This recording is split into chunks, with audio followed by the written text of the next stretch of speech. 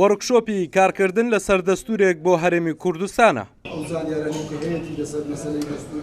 سەنتەری توێژینەوەی پەرلەمانی کوردستان بە بەشداری پرۆفیسۆرێک لە یاسای دەستور لە وڵاتی سویسرا ئەندامانی لیژنەی نووسینەوەی دەستور و لیژنە تایبەتمەندەکانی پەرلەمان و نوێنەری فراکسیۆنەکانی بۆ ئەم پرسە کۆ کردوتەوە.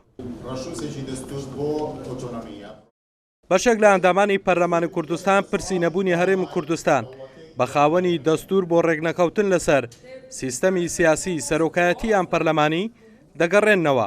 بۆ مەبەستەش پارتی بە هۆکاری پەقستنەکەی دەزانن.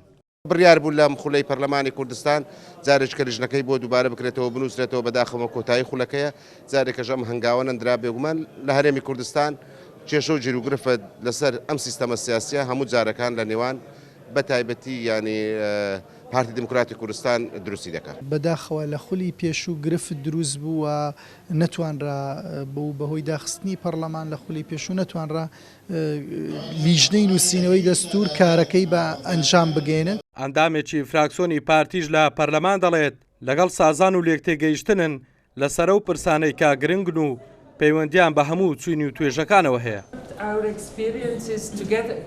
ئێمە وەکو پارتی هەم لە پێشووتر هەم لە ئێستا کە فراکسیۆنێکی زۆرینەنە لە پەرلەمانی کوردستان پێمان وایە کە دەتوانین لە ڕێگای گفتوگوکردن و لە ڕێگای دیالۆگ دەتوانین هەموو کێشەکان چارەسەر بکەین.